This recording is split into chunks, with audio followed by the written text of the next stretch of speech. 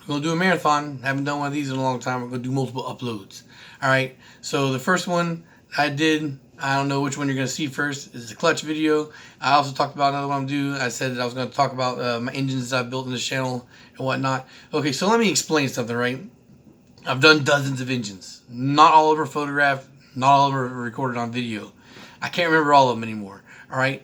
The reason why you don't see Chris's builds on fucking VHV engines all the time is because you guys don't give a fuck about stock rebuilds. Who gives a fuck about an engine that makes basic power that is just in a car that's a point A to point B type deal? A lot of the engines I built for a long time were single cams. Why? Because they were making me the most money and they were the easiest to come by. I was paying next to nothing for cranks. And I was buying cranks for $25. I was getting complete long blocks that were blown for $80, and I was rebuilding and selling them for $500. All right, so that was what I was building a lot of. A lot of the engines I built, I would build single cams and they would be sold before I even had them finished. I wouldn't even post them for advertising. A friend would tell a friend, and the engine would be gone. All right. So even though I have a couple of clips, like 30-second clips that I'm running in the car or whatnot, that's whatever. That's not a big deal. Nobody gives a shit about that. If you dig enough through my archive on VHV Engines Facebook, you'll find like little video clips and snippets like that here and there. Another reason why is, you don't see a lot of videos is because like I said, a lot of them were stock rebuilds. Most of the time, people wouldn't come back to me. I would beg people, bro, bring me some feedback when you're done. You got all the time in the world. I say 30-day warranty, but if you have any questions, concerns, complaints, problems, hit me up and I will address them as best as I can. We'll figure out what's going on. We'll take care of you, all that shit. And I get nothing back. So I get 9 out of 10 times, I guess, when you don't hear anything back, they either sold it or it's fine and they just didn't give a shit about following up with you. So that's out of my power. There's nothing I can do about that. There was one engine I had that was built, that was, it was a built block. It was a built B16. I traded this built B16 for a fucking shell. The guy told me that he took that engine and sold it to a friend who completed it, put it in a car, boosted it on a small turbo, made 380 wheel horsepower.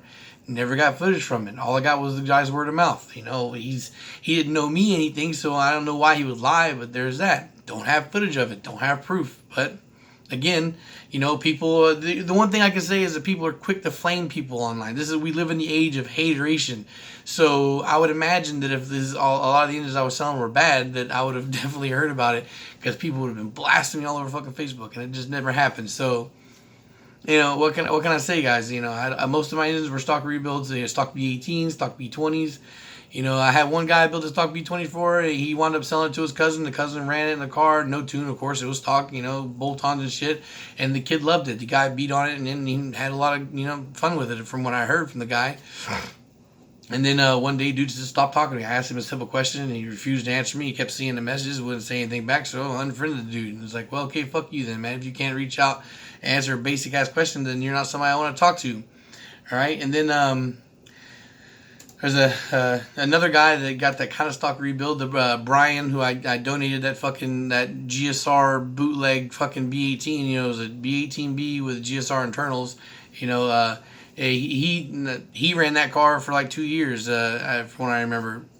And he drove it from Orlando to El Paso, I do believe, more than once. And he also autocrossed with it. And eventually it threw a rod. But, I mean, the car was getting used, man. It wasn't like it was just, just a daily commuter. It literally had thousands of miles on it, because that trip to El Paso from Florida isn't fucking, a short one. It's a hell of a fucking drive. And on top of that, it was being raced, and not even just like quarter-mile drag racing or pulls on the highway. We're talking about back and forth through the slopes. And me and him were talking, and I think what really killed the engine at the end of the day was oil starvation. I think because he had a stock oil pan, he was on that kind of track. That's a problem. That's the reason why Moroso builds those pans with the baffles, so that way it keeps your oil in a place where the pickup can actually reach it. You got engine oil sloshing around back and forth in there, and you create a pocket of air, and you don't suck out as much oil as you're supposed to, and you're spinning at thousands of rotations per minute, so, it gave out. I was actually pretty happy with that. It ran for a long time for what he was doing with it, for a stock rebuild, All right.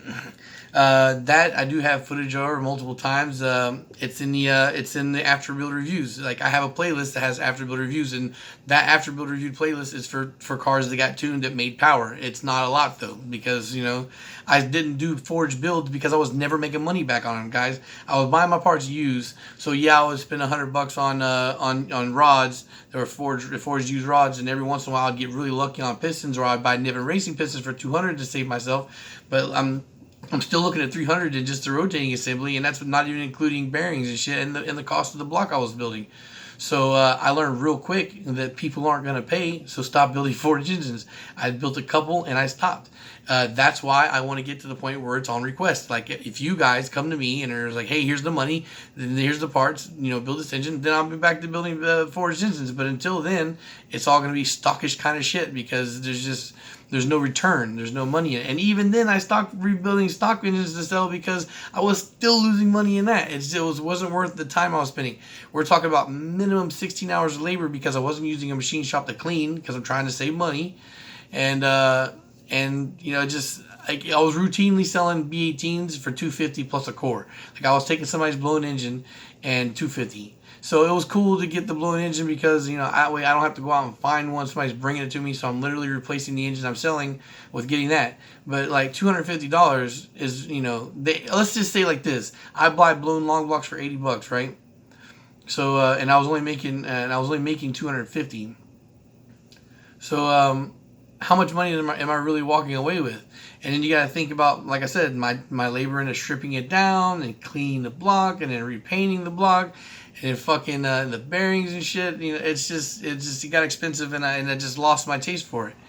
All right. Now for Brian's, I just said the GSR B18 hybrid or whatnot that I said that did pop. If you look at the videos, you'll see that it's puffing some smoke. Now I didn't realize until a year or so after the guy was running the car that it had been puffing a little bit of smoke like that the entire time he had it. He said he just ignored it because the car ran healthy as fuck. Like it even got dyno tuned. Like it got dynoed, and the car made healthy power for what it was. So the whole idea was those valve seals. You had leaky valve seals. And when I found out, as soon as I realized it was puffing some smoke and there was a problem, I was like, dude, I have B18 heads laying around for days. I'll rebuild one. I'll put fucking SuperTech valve seals and I'll send it to you. I'll send you the head for free and you can just swap it out. And then we got that decision, got to saying, hey, if we're gonna do that, let's just work on a new build. I did work on a new build. We put together a forged engine, or I wound up putting together a forged engine because we were gonna go with PR3 pistons and a B18 and a GSR head. But I had him. He did go to the machine shop to have pistons pressed on, but the pistons we got pressed on, the rings got fucking jammed up in the pistons, and it wound up being fucked. It's not something I could save, and I didn't want to go back to the machine shop to dig out piston rings. It was going to be more than it was worth to do it for that kind of setup. So that's why I spent my own money to get the fucking the CTR pistons from YCP, and I gave him a set of my Eagle rods, but then what happened? He went and talked to somebody else, and that somebody else convinced him that he couldn't use a GSR block or head on that because it would explode. So I wound up keeping the block, and then now it's like a year plus since that, and now I'm giving it to another guy down here who's getting it as a sponsored build. We're swapping out. He brought me a B20 to rebuild for him. Instead of that, I'm going to keep the B20. I'm giving him that B18, and he's going to run it non-VTEC, possibly cams, possibly nitrous. So looking forward to seeing that. It's going to make some good power.